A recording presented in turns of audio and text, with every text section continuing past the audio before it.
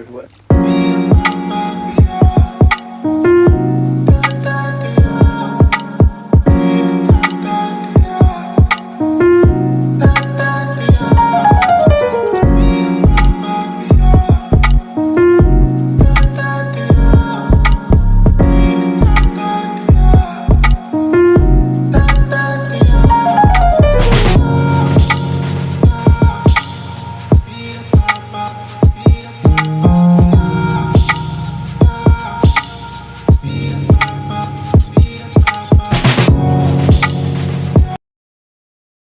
জীবনে কি পেয়েছি তা জানি না, কিন্তু আমাকে বোঝার মতো তেমন কাউকেই পেলাম না। Hi everyone, good morning. আপনারা সবাই কেমন আছেন? আশা করি সবাই খুব ভালো আছেন, সুস্থ আছেন। তো আমরাও সবাই ভালো আছি, সুস্থ আছি। আমি অপর্ণা, আমার আরও একটি নতুন ব্লগে আপনাদের সবাইকে জানাই অনেক অনেক স্বাগত। আশা করি আমার এই ভিডিওটিও আপনাদের ভালো লাগবে। যদি ভালো লাগে তাহলে একটা লাইক করে দেবেন, আর ভিডিওটি কেমন হয়েছে অবশ্যই কমেন্ট করে জানাবেন। যদি ভিডিওটি একটু হলেও ভালো লেগে থাকে তাহলে চ্যানেলটি সাবস্ক্রাইব করে পাশে থাকার জন্য অনুরোধ রইল। তো যাই হোক, সকালবেলা ঘুম থেকে উঠেছি, উঠে এদিকে ছেলে তো ঘুমাচ্ছিল, আমি ঘুম থেকে উঠে পড়েছি। আমি ওর পাপা, ও ঘুমাচ্ছিল, আর আমি বাথরুমে গেছিলাম, মানে বাথরুমে জামা কাপড়গুলো ধুতে গেছিলাম বলে তো মাকে বললাম, শাশুড়ি মাকে, যে ওর ঘুমাচ্ছিল, সেই কারণে বললাম যে ওর কাছে গিয়ে একটু শো। তো এই যে ওর কাছে শুয়েছিল, আর আমি ওদিকে জামা কাপড়গুলো বাইরে শোকাতে দিতে গেছিলাম, আর এসে দেখি ছেলে আমার উঠে পড়েছে। তো এই যে উঠেছে, কিন্তু বিছানা ছাড়িনি এখনও। তো ওর মানে ঠাম্মির সাথে খেলা করছে, ওর ঠাম্মি ওকে সুড়সুড়ি দিচ্ছে, আর ওই সুড়সুড়ি খাচ্ছে, একবার এই পাশ ফিরছে, একবার ওই পাশ ফিরছে। তো আমি ওদিকে জামা কাপড়গুলো বাইরে মেলে দিয়ে এসেছি, আর এখন ওকে খাওয়াবো। ও অনেক সকালবেলা খেয়েছে, তো ওর মানে ওকে ভাবলাম যে পরে খাওয়াবো, কারণ ওকে খাওয়াতে টাইম লাগে। তো আগে বিছানাটা গুছিয়ে নিই, আর এখন তেমন একটা বেলা হয়নি, ওই 8টা সাড়ে 8টার মতো বাজে। তো ওকে ও সকালবেলা ওই 7টার নাগাদ খেয়েছে, মানে দুধ খেয়েছে। তো ওই 9টা সাড়ে 9টার দিকে খাওয়াবো। তো আজকে আর ওর জন্য তেমন কিছু বানাবো না, ওই ওকে আজকে বিস্কিট খাইয়ে দেবো। বিস্কুট খুব একটা খাওয়াই না ওকে আমি, ওই মাঝে সাঝে হয়তো কিছু বানানো না হলে তখন মানে ভেবে পাই না যে কী খাওয়াবো। প্রত্যেক দিন ওই চিড়ে, ওটস, সুজি এগুলো খাওয়াই, তো তো মাঝে মাঝে এক আধ দিন হয়তো ওই বিস্কুট ওকে খাইয়ে দিই জল দিয়ে। তো দুধ দিয়ে সবসময় দিই না, অনেকে বলে নাকি দুধ দিয়ে দিলে গ্যাস হয়ে যাবে, তো জানি না, তো বলে অনেকের মুখে শুনেছি, সেই কারণে ওই জল দিয়েই দিই, মাঝে সাঝে দুধ দিয়েও দিই। আর ও বিস্কিট খেতে না খুব ভালোবাসে, জানেন তো। মানে বিস্কুট দেখলে অন্য খাবার নিয়ে আসলে মুখ ঘুরিয়ে নেবে, কিন্তু বিস্কুট যদি নিয়ে এসছি না, মানে ও খাবার জন্য কি করবে। তো যাই হোক, এদিকে বিছানাটা গোছানো হয়ে গেছে, আর এদিকে দেখুন একটু মানে এই মানে ফটোগুলোতে একটু পড়েছিল, ধুলো পড়েছিল, তো সেগুলো একটু পরিষ্কার করে নিচ্ছি, আর এই খাটের স্ট্যান্ডগুলোও একটু পরিষ্কার করে নিচ্ছি। ওকে তো মুখ টুক ধুয়ে আর আমি ফ্রেশ করে দিয়েছি, ও খেলা করছে। তো ওর ঘুমটা ঠিকঠাক হলে ও আর অতটা বিরক্ত করে না, খেলা করে। তো যাই হোক, এদিকে মানে আমি পরিষ্কার টরিষ্কার করে নিয়ে তারপরে ওকে আমি খাওয়াবো। আর আমার চা বিস্কিট খাওয়া হয়ে গেছে। তো আমি এদিকে বিছানাটা গুছাচ্ছিলাম, আর ও এসে না বিছানার উপরে উঠে পড়েছে। তো সেই কারণে ও বিছানার ওপরেই আছে, আর আমি এদিকে বিছানাটা গুছিয়ে নিয়েছি, আর এই বালিশগুলো জায়গা মতো রেখে দিচ্ছি। আর ও ওখানে খেলা করছে। মাঝে মাঝে ভয় হয়, কারণ এত ছুটোছুটি করে, তো যদি বাই চান্স পড়ে যায় ভয় লাগে। তো যাই হোক, এদিকে বিছানাও গুছিয়ে নিয়েছি, আর আমি এদিকে দেখুন ওকে খাওয়াতে বসে পড়েছি, আর ওর পাপা ওদিকে চা খাচ্ছে। তো ওর পাপা গেছিলো মানে রেশন ধরতে, তো সেই কারণে ওর পাপার চা খেতে দেরি হয়েছে, নাহলে ও একসাথেই চা খাওয়া হয়। তো ওই রেশন ধরতে গেছিলো, ও আসতে চা করে দিয়েছি, আর ওই পাউরুটি এনেছিল মা, দোকানে গেছিলো, তো ওই পাউরুটি দিয়ে খাচ্ছে। আর এদিকে দেখুন ওকে খাওয়ানো হয়ে গেছে, আর ও খাওয়া শেষ হয়ে গেছে, আর একটু মতো ছিল, তো ও আর খাবে না বলে শুয়ে পড়েছে বিছানার ওপরে। তো ওকে ওদিকে খাইয়ে দিয়েছি, এখন ঘর দুয়ারগুলো ঝাড় দেবো, ঝাড় দিয়ে তারপরে ঘর মুছতে হবে, অনেক কাজ আছে। তো এই মাদুরটা পেতে রেখেছিলাম, কারণ এখন যেহেতু গরমের সময়, তো ঘরের ভিতরগুলো না প্রচণ্ড গরম।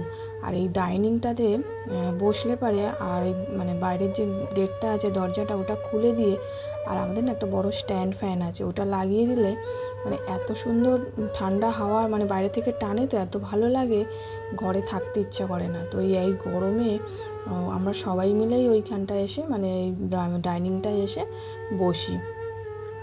তো ছেলেও ওখানে খেলা করে। তো যাই হোক, এদিকে দেখুন ঘর দুয়ারগুলো ঝাড় দিয়ে নিচ্ছি। আর ও দৌড়াদৌড়ি করছে, এবার ও দৌড়াদৌড়ি করছে, আমি ঝাড় দিতে পারি বলুন? মানে ওর গায়ে তো ঝাঁটাটা লেগে যাবে না।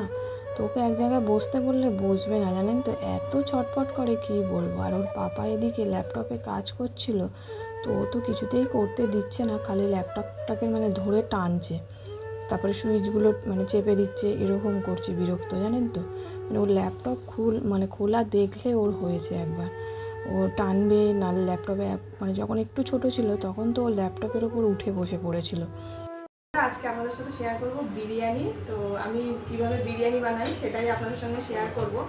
এদিকে ভাত বসিয়ে দিয়েছি আর ওদিকে আলু সিদ্ধ করতে দিয়েছি প্রেসারে। তো কীভাবে বানাই না বানাই সেটাই শেয়ার করব। আশা করি আপনারা আমার থেকে ভালোই বানান, কিন্তু আমি কিভাবে বানাই সেটাই আপনাদেরকে দেখাবো। তো এই যে ভাত তো মোটামুটি হয়েই এসছে, চালটা তো ভিজিয়ে রেখেছিলাম।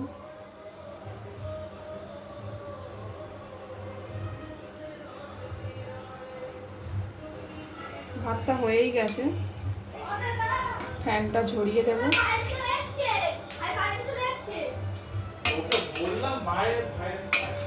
তো এদিকে ভাতটা হয়ে গেছে, ফ্যানটা ঝরিয়ে নিচ্ছি। তো এই হাঁড়িটা মানে সমেত উল্টিয়ে তো ফ্যান ঝরাতে পারবো না, তো সেই কারণে এই যে গামলাটা মানে ঝাঁঝরি ফুটো ফুটো যে গামলাটা আছে এটার মধ্যেই যে মানে ঢেলে নিচ্ছি। তো এটার মধ্যে সব মানে সমস্তটা হবে না, আর পুরো মানে সবটা ওর মধ্যে দিয়ে দিলে তো তখন আবার ভাতগুলো একসঙ্গে গায়ে গায়ে লেগে যাবে, মানে ঝরঝরে হবে না।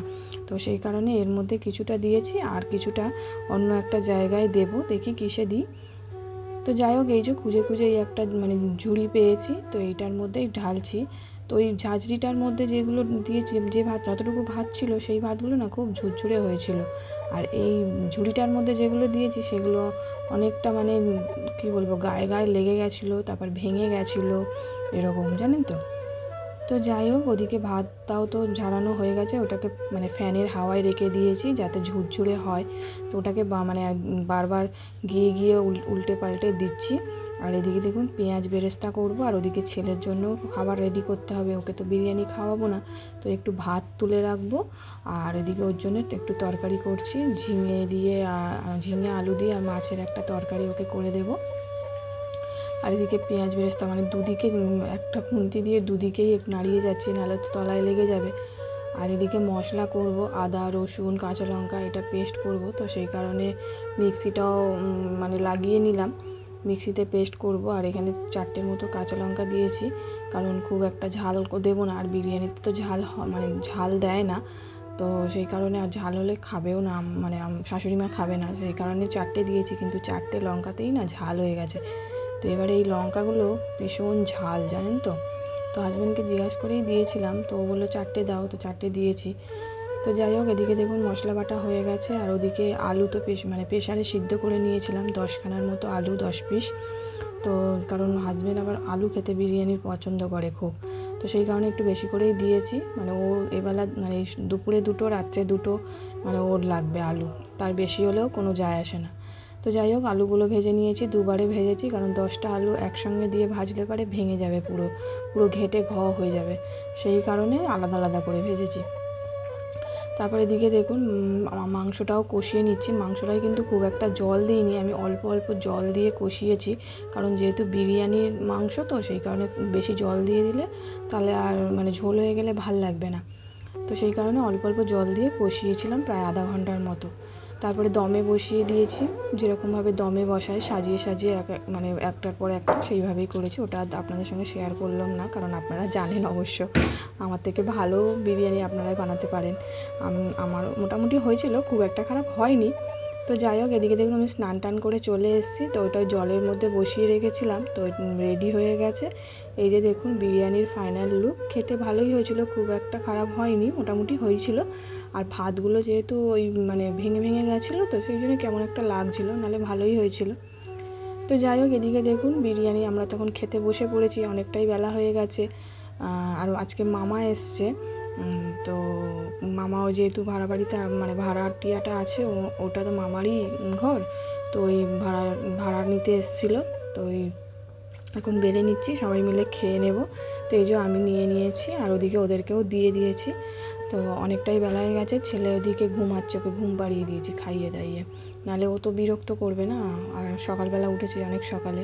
তো বিরিয়ানিতে সব কিছুই মানে পারফেক্ট হয়েছিল, নুন টুন। আমি তো মানে বিরিয়ানি ভাতের সময় মানে ভাত যখন বসাই তখনই নুনটা দিয়ে দিই, আলাদা করে দমে বসানোর সময় দিই না। আলুটাও সিদ্ধ করার সময় নুন দিয়ে দিয়েছিলাম, তো সেই কারণে নুনটাও মোটামুটি ঠিকঠাক হয়েছে, কম বেশি কিছুই হয়নি। তো চলুন খেয়ে নেওয়া যাক, অনেকটাই বেলা হয়ে গেছে, প্রায় 2:30 মতো বাজে। তো আবার দেখা হবে পরের আরেকটি ভিডিওর সাথে। তো আশা করছি ভিডিওটা ভালো লাগবে, আর আপনারা সবাই ভালো থাকবেন, সুস্থ থাকবেন।